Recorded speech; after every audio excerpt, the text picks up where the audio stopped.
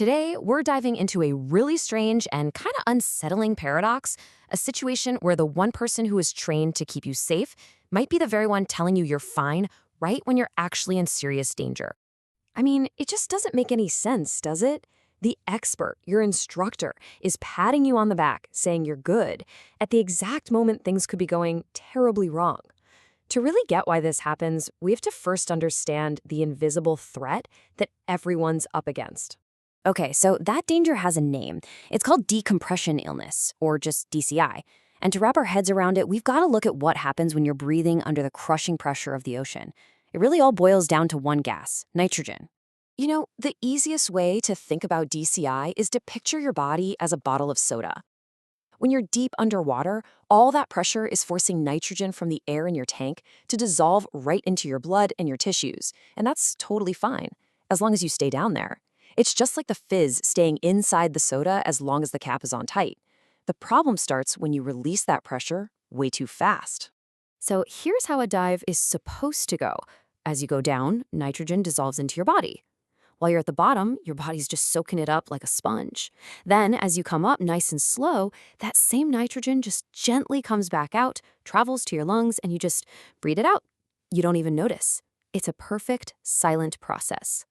But this is the moment. This is where it can all go wrong. A safe ascent is like slowly twisting that soda cap, letting the gas hiss out gently. No problem. But a rapid ascent? Whoa. That's like shaking the bottle and then ripping the cap off. The gas explodes out of the liquid, forming these tiny, destructive bubbles everywhere. In your joints, in your blood, even in your brain. And because these bubbles can pop up pretty much anywhere, the symptoms are all over the place. I mean, it could just feel like a deep ache in your elbow. That's what divers call the bends. Or it could look like a stroke, or a weird skin rash, or make you so dizzy you can't stand up. And that's really the first clue in this whole mystery. How on earth do you spot a danger that wears so many different masks? So we've got this dangerous condition with all these vague, confusing symptoms. Now we can finally get to that core question. Why would an instructor miss it? Well, the answer isn't that they made one simple mistake. It's more like a perfect storm of different factors that all come together to create a massive blind spot, even for a total pro. And this is the key thing to get. This kind of misjudgment doesn't just happen out of nowhere. It's born from this perfect storm, where the sneaky nature of DCI crashes right into the glitches in how our own brains work. And it's all made worse by real-world pressures. So let's break down the ingredients of this storm. Okay, first off, the symptoms themselves are just tricky. Is that pain in your shoulder DCI, or is it just a muscle strain from hauling that heavy tank around all morning? Are you feeling tired because of nitrogen, or just because you've been out in the sun and water all day? And this confusion gets even worse because we trust our technology. The dive computer gives the all clear, telling the instructor the dive was safe. This creates a really powerful sense of false security, making them think, well, it can't be DCI, forgetting that DCI doesn't always follow the rules. Next up, our own brains start playing tricks on us. So the instructor hears shoulder pain, and their brain immediately latches onto or anchors to the simplest explanation. Oh, it's just a muscle strain. And from that second on, confirmation bias takes over. They start subconsciously looking for proof that they're right, not proof that they're wrong. They'll ask things like, did you lift your gear funny? Instead of, are you feeling any numbness? Then you add in a little optimism bias, that feeling that, bad things happen to other people, not to us, and you've got this mental cocktail just pushing them away from the real danger. And finally, you've got the enormous pressure of the situation itself. I mean, think about it. Saying it might be DCI isn't just a medical call. It could mean blowing up a whole vacation, dealing with massive evacuation bills, and maybe even damaging your professional reputation. And on top of all that, the diver themselves might be downplaying how they feel because they don't want to be that person who ruined the trip for everyone. It's just a huge amount of weight pushing everyone towards the easier, less chaotic answer. So when you pull it all together, you see it's not just one thing.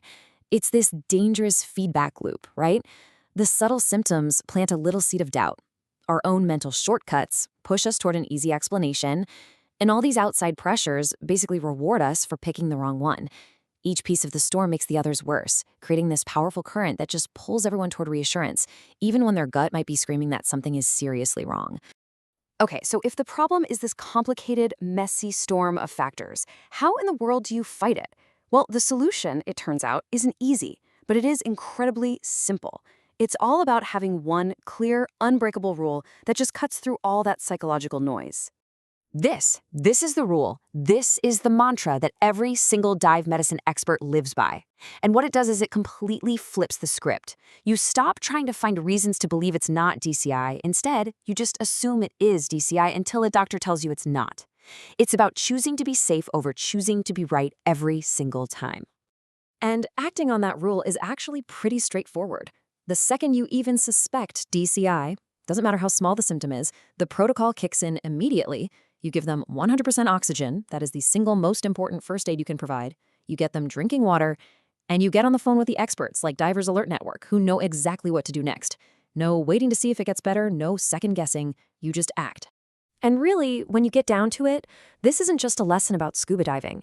It's a lesson in how easily subtle signs, our own biases, and social pressure can lead us to downplay a crisis that's unfolding right in front of us. So, the question we want to leave you with is this. In the high-stakes parts of your own life, what's your unbreakable rule?